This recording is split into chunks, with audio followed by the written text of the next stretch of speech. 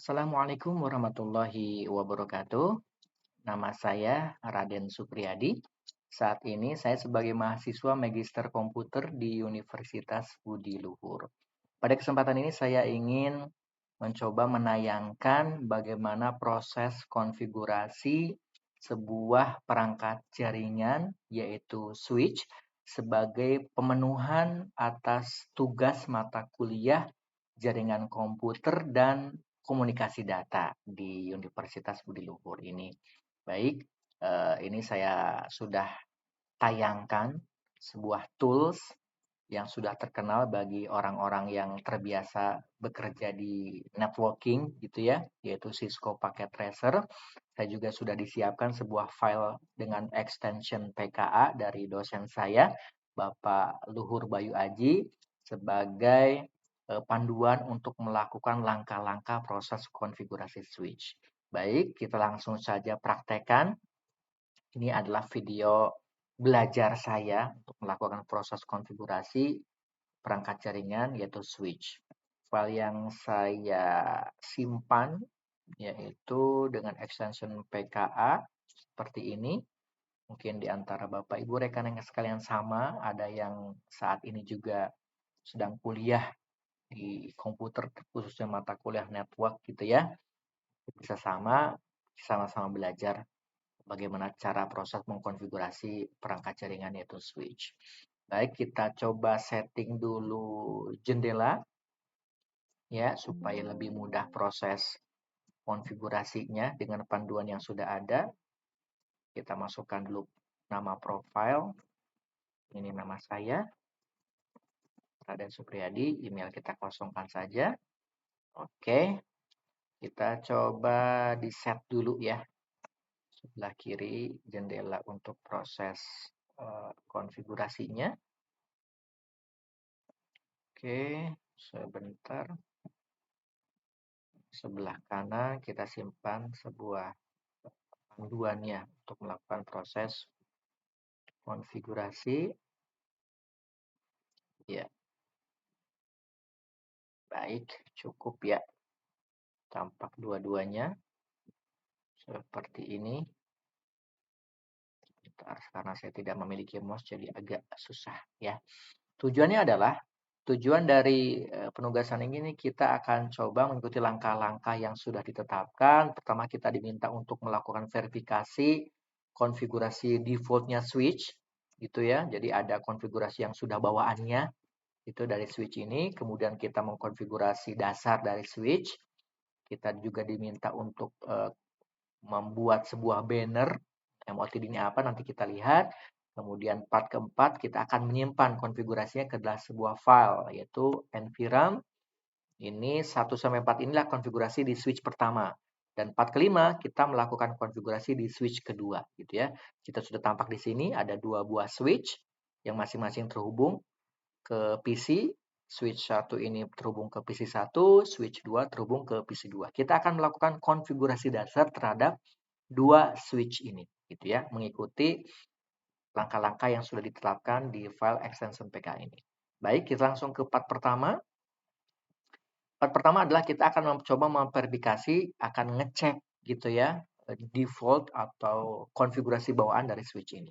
Kita klik di switch 1, muncul seperti ini gitu ya.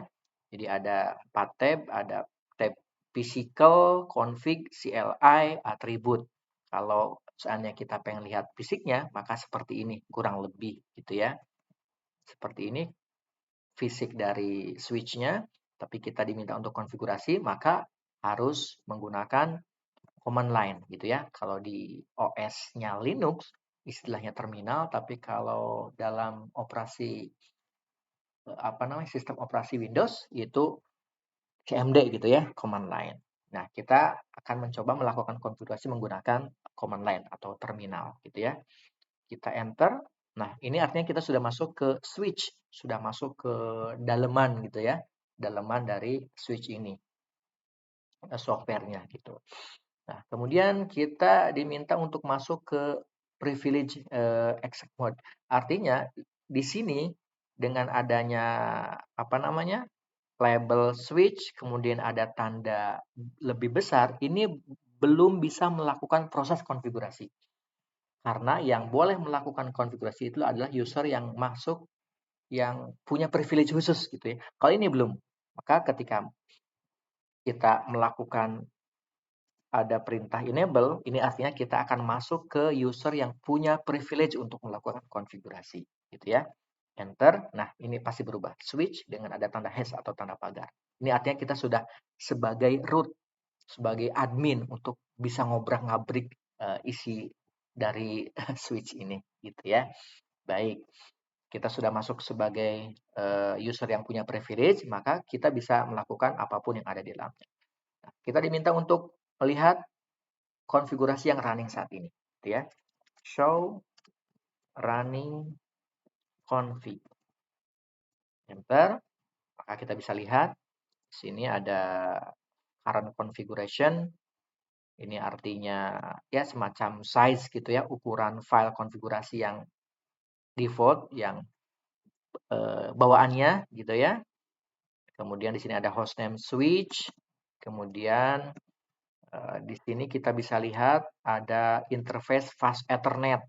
Ini artinya port gitu ya, port dan yang kecepatan 100 Mbps, megabit per second gitu ya. Jadi ada 24 interface fast Ethernet, kemudian ada 2 gigabit Ethernet.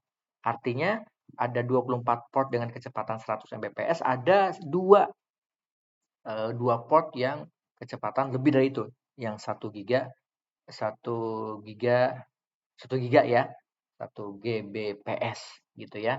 Kalau kita lihat fisiknya adalah nah seperti ini. Jadi ada 24 port fast Ethernet, ada 2 port yang gigabit Ethernet gitu. Nah, kemudian kita juga akan lihat di sini ada apa namanya? VTY lines, ada dua nilai range 0 sampai 4, 5 sampai 11. VTY ini adalah semacam jalur untuk akses user melakukan sesuatu gitu ya. Jadi kalau ada apa namanya? Proses akses remote ke switch ini itu bisa menggunakan jalur ini bersamaan. Dia bisa buat SSH, bisa buat telnet dan lain sebagainya tergantung konfigurasi yang ada di sini gitu ya. Nah, bagaimana cara kita untuk memperlihatkan isi dari non-volatile random access memory atau NVRAM? Perintahnya adalah show startup config. Jadi perlu kita ketahui bahwa NVRAM ini semacam RAM gitu ya, semacam file untuk menyimpan proses konfigurasi gitu ya. Kurang lebih seperti itu. Kita lihat ini perintahnya show startup config, kita enter, di sini muncul pesan startup config is not present. Belum ada, tidak ada gitu. Kenapa tidak ada? Karena memang kita belum menyimpan apapun gitu ya. Jadi ini konfigurasi yang sedang saat running ini pun belum disimpan. Gitu. Sehingga file NVRAM tidak ada gitu ya. Baik. Selanjutnya kita akan mencoba melakukan konfigurasi dasar terhadap switch ini dengan menambahkan nama atau mengubah nama gitu ya. Kalau kita tadi lihat di buka file konfigurasi defaultnya, di sini ada hostname switch gitu ya. Kita diminta untuk mengubah namanya. Jadi S1 sesuai dengan panduannya. Kita masuk ke file konfigurasi, konfigur terminal, sudah kita diminta untuk mengganti namanya. Hostname S1. Jadi otomatis mengganti nama yang sebelumnya. Hostname S1, exit. Sudah selesai. Nah, kemudian kita diminta untuk lebih lebih secure lagi bagi user untuk akses switch 1 dengan cara menerapkan sebuah password gitu ya. Fungsinya apa? Fungsinya supaya lebih secure. Jadi kalau tadi kita masuk ke switch, kita kembali. Nah, jadi kita masuk ke switch, muncul seperti ini. Artinya ini belum secure. Nah, kita diminta untuk lebih secure dengan menerapkan sebuah password gitu ya. Kita masuk lagi ke user yang punya privilege untuk konfigurasi. Kita coba configure terminal. Oke, kita masuk ke line console 0 untuk kita masukkan sebuah perintah password let me in. Ini adalah perintah untuk memasukkan sebuah password bagi user untuk mengakses ke switch. Let me in ini adalah password yang akan kita pasang gitu ya. Jadi ini kita bisa bebas tergantung selera ya. Karena panduannya adalah let me in, kita memasukkan nilai password let me in. Nah, selain memasukkan password, kita juga memasukkan sebuah script login. Ini wajib sebagai sebagai bentuk untuk mengenablekan bahwa ketika masuk user ke switch, maka dipastikan akan muncul proses permintaan atau konfirmasi password. Kalau tidak masukkan ini, tidak akan bisa, gitu ya. Oke, exit. Oke, sudah selesai. Kita juga exit karena di sini masih sebagai role sebagai user privilege. Exit kembali. Nah, kita akan coba tes apakah betul password let me in ini diminta ketika masuk ke switch gitu ya. Ini menjawab untuk yang step ketiga. Gitu ya. Ini proses sudah keluar ya. Kalau kita enter, ini artinya kita akan masuk ke switch. Nah, muncul seperti ini, user access verification. Artinya konfigurasi yang kita lakukan di step kedua tadi berjalan. Kita masukkan password let me in. Terus let me in. Berhasil. Lebih secure.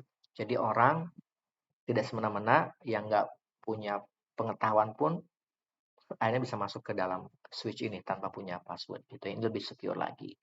Baik, selanjutnya kita masuk ke step yang keempat, di mana kita diminta untuk mengenablekan password bagi user privilege. Gitu ya. Nah, kalau kita perhatikan Bapak Ibu rekan sekalian, kalau kita mau masuk sebagai user yang privilege, ini kita bisa masuk-masuk aja tanpa password. Ini sangat bahaya. Bahaya sama sekali.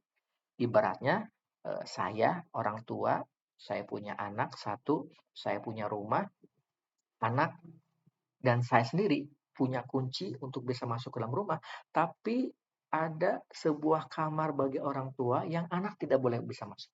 Gitu ya. Bahkan sampai ke lemari, ke brankas, kuncinya hanya orang tua yang punya. Nah, kurang lebih seperti itu ya gambarannya. Perbedaan masuk ke switch, perbedaan masuk ke user privilege. Artinya anak hanya boleh masuk ke dalam rumah, tapi orang tua masuk ke dalam rumah dan masuk ke dalam kamar, masuk bisa membuka brankas gitu ya. Kurang lebih seperti itu ya analoginya. Jadi kita diminta untuk memasang konfigurasi untuk lebih secure ketika masuk sebagai user privilege. Oke, kita coba konfigurasi, configure terminal, kita pasang enable password Cisco. C, kita pola passwordnya seperti ini ya. C1 dolar, C lagi, ini sebuah pola password yang lebih secure dan direkomendasikan buat siapapun gitu ya. Di alphanumerik ada karakter khusus gitu ya. Enter, kemudian exit. Nah, ini adalah cara melakukan konfigurasi memasang password untuk user yang punya privilege. Oke, sudah. Kita akan coba tes ya. Kita tes apakah password-password yang tadi kita konfigur itu berhasil atau tidak. Kita coba keluar dari user privilege dan otomatis langsung keluar ke switch. Nah, kita coba masuk ke switch, diminta password. Password untuk switch apa? Let me in. Anak, orang tua sudah sama-sama masuk ke dalam rumah. Nah, saya mau masuk ke kamar, saya mau membuka brankas, saya pengen ngobrak-abrik. Ini saya ingin masuk ke kamar khusus gitu ya. Maka lebih aman kalau punya kunci sendiri. Gitu ya. Nah, di sini kuncinya apa? Si angka 1 dolar si 0. Oke. Jadi ada validasi bertahap. sehingga tidak semena-mena orang walaupun sama-sama bisa masuk ke rumah, tapi bisa mengakses ke berbagai ruangan rahasia gitu ya. Baik. Nah, kemudian kita diminta untuk memperlihatkan konfigurasi yang running saat ini. Oke, show running config. Enter. Kita akan bisa lihat apa-apa yang tadi kita sudah lakukan. Mengganti hostname, menambah password untuk user privilege, gitu ya. Kita enter lagi, kita akan lihat, nah ada password let me in untuk akses ke switch-nya. Oke, step 5 sudah kita lakukan, kita lanjut ke step 6, gitu ya. Kita akan mengkonfigur sebuah password yang sudah terenkripsi, gitu ya. It's a secret. Nah, ya, kita set enable secret password it's a secret. Oke, kita masuk ke konfigur kembali. Oke, kita dikasih dikasih tips bahwa konfigur terminal itu bisa disingkat config T. Oke, sangat membantu ya. Oke, kemudian enable secret it's a secret. Enter, exit. Nah, perintah ini adalah perintah untuk menambahkan sebuah password dengan nilai it's a secret untuk masuk ke user privilege, gitu ya. Oke, enter. Kemudian kita kita coba lihat hasilnya. Show run. Jadi show running config itu disingkat juga show run juga bisa, gitu ya. Ini sangat membantu sekali, lebih efektif, efisien. Oke, kita bisa lihat di sini ya hasilnya. Jadi ini adalah password yang sebetulnya kalau di decrypt atau di decryption ini adalah it's a secret, gitu ya. Oke, sudah hasil seperti ini. Nah, kita diminta untuk melakukan proses Oh, mohon maaf. Ini kita sudah pasang, memverifikasi sudah, show-run sudah. Nah, kita apa yang terlihat password-nya gitu ya. Apa yang kita lihat? Nah, jadi yang kita lihat itu adalah password yang sudah dienkripsi ini ya. Seperti ini. Itu. Nah, kemudian kenapa beda dengan yang sudah kita pasang? Ya, karena ini kita belum dienkripsi gitu ya.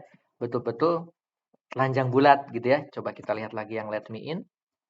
Waduh, sorry. Mohon maaf. Udah keburu keluar. Oke.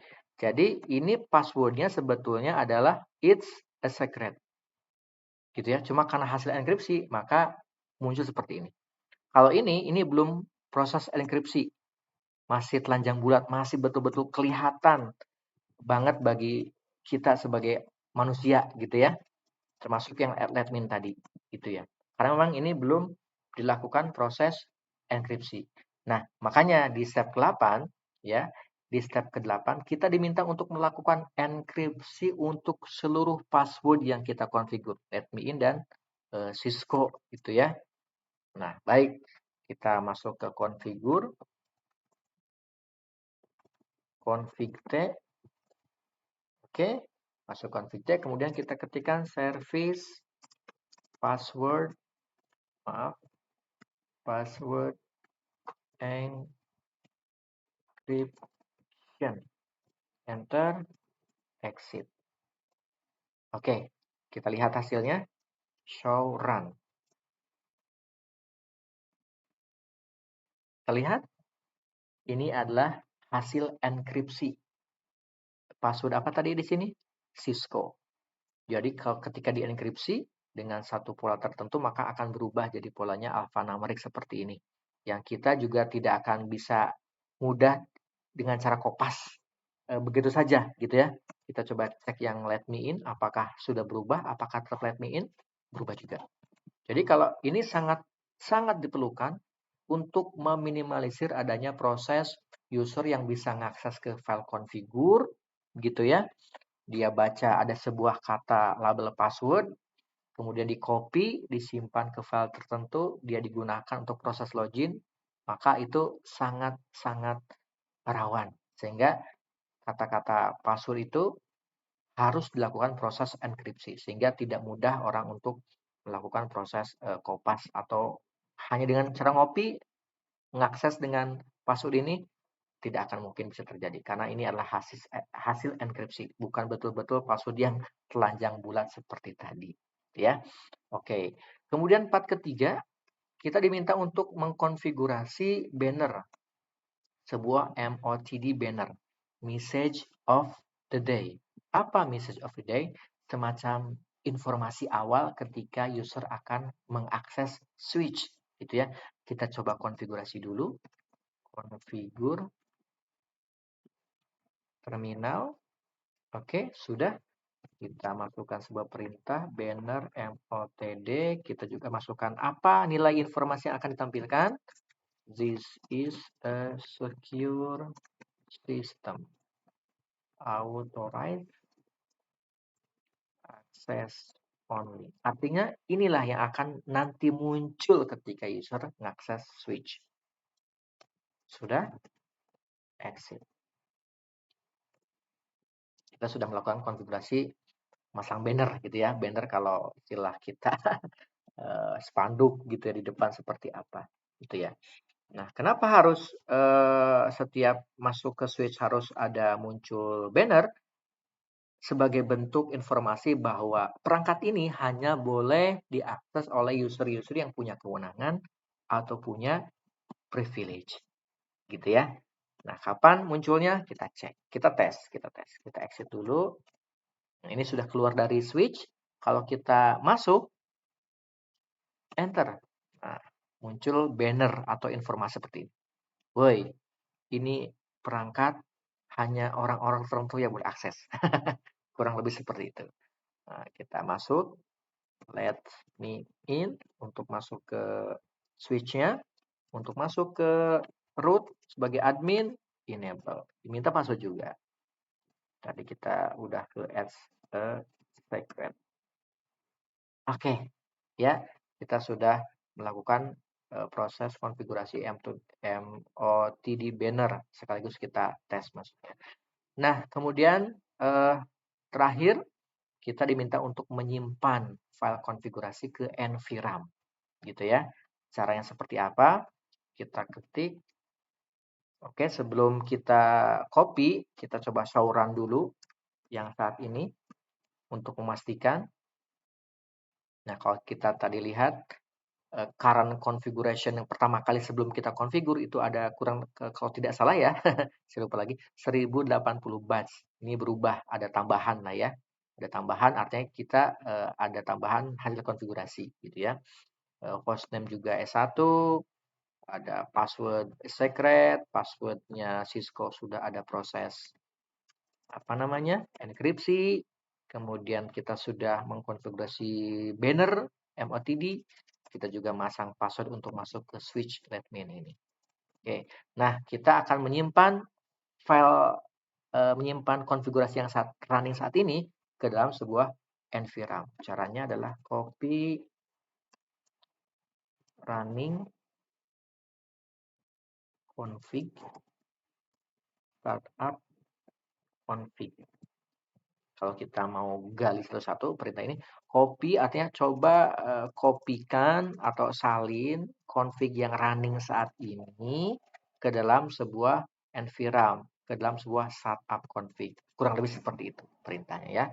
Kita enter, ada konfirmasi file name destinasinya, enter lagi, berhasil. Gitu ya. Ini adalah proses melakukan penyimpanan konfigurasi yang running ke dalam sebuah NVRAM gitu ya. Seperti itu. Nah, apakah isinya sama dengan yang running? Kita akan tes tentunya ya. Bagaimana cara ngetesnya? Persis di part yang pertama tadi. Show startup config.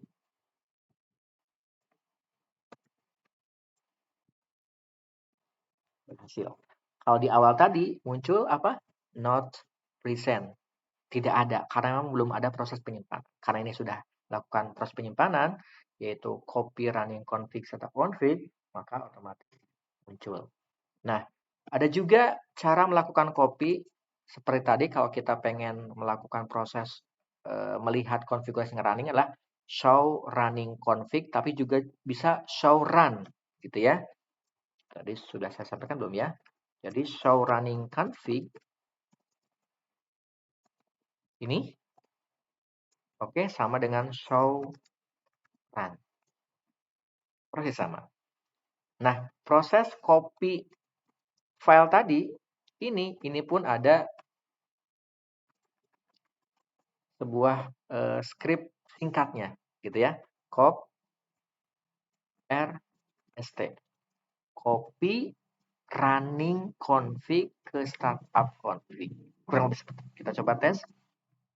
Masih sama, konfirmasi destination file name. Oke, berhasil.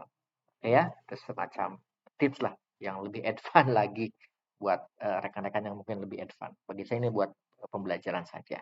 Oke, semua step di switch 1 sudah kita lakukan. Kita diminta untuk melakukan konfigurasi ke switch yang kedua. Tentunya sebagaimana yang kita lakukan di switch yang pertama. Oke, kita akan coba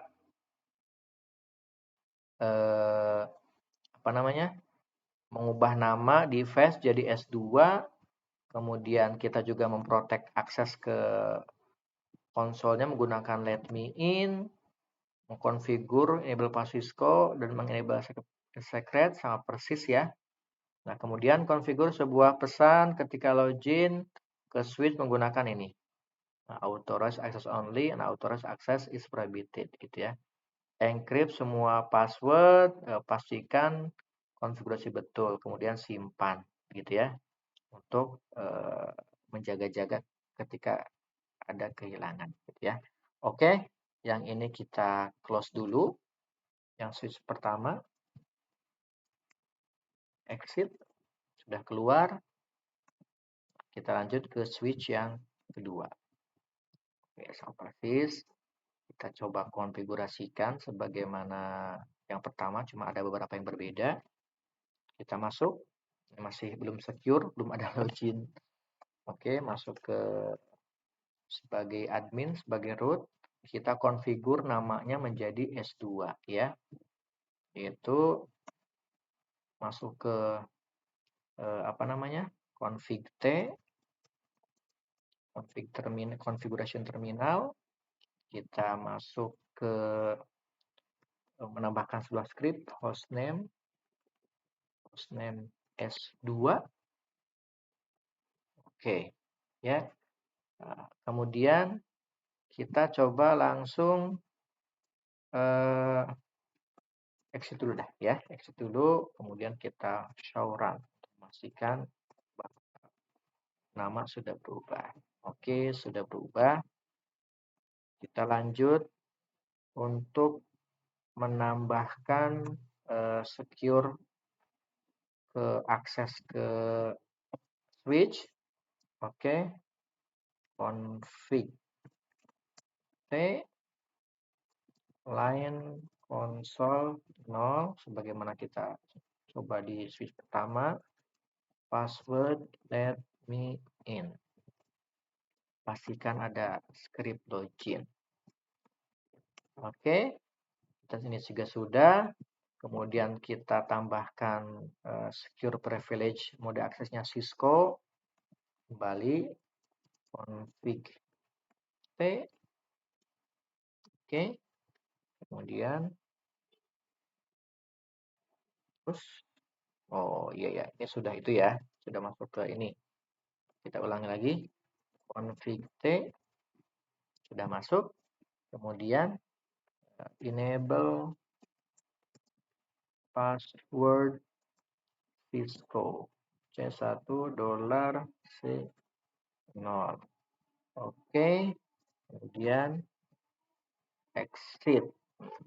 Kita lewati step 5 untuk melakukan proses verifikasinya. Kita langsung saja ke proses enkripsi ya. Enkripsi password. Oke, mohon maaf kalau saya ada gangguan-gangguan audio lain. Karena di belakang saya ada sebuah PC yang cukup jadul, kipasnya sedang bermasalah. Oke, lanjut ke konfigur sebuah password yang terenkripsi. Config T enable secret, it's a secret. Enter, exit. Sudah, kita lewati step 7, kita langsung loncat untuk mengenkripsi seluruh password, gitu ya. Kembali ke command line, config T service password encryption, exit. Oke, sudah. Kemudian kita tambahkan sebuah banner. Bannernya agak beda perintahnya tadi, diminta untuk ini seperti ini ya. Ada authorized access only, unauthorized access is prohibited. Maaf. Config T banner MOTD. Oke, print. Informasinya adalah nilainya authorized access only, unauthorized access is prohibited, and violator will be prosecuted to the full extent of the law. Mengerikan ya, mengerikan. Oke, enter, exit. Oke, sudah semuanya. Kita akan coba show run. Postname S2 ada it's a secret, ini password yang sebelumnya. Kita cek bannernya. Banner. Oke, sudah. Ini juga sudah. Sudah dilakukan proses enkripsi untuk semua password. Oke, jika sudah kita diminta untuk menyimpan ya. Apa perintahnya? Copy yang lagi running ke ST. Oke, enter. Kita akan coba show startup config, enter. Sama persis. Oke, saya kira ini adalah bentuk proses konfigurasi switch secara basic tentunya ya. Secara basic yang harus kita lakukan terhadap switch ini. Baik, Bapak Ibu rekan-rekan sekalian, demikian yang bisa saya sampaikan sebagai mahasiswa yang diberikan tugas untuk melakukan proses konfigurasi terhadap perangkat network switch ini. Terima kasih atas atas perhatiannya. Khususnya terima kasih saya untuk dosen saya Bapak Luhur Bayu Aji yang telah mengajarkan mata kuliah ini.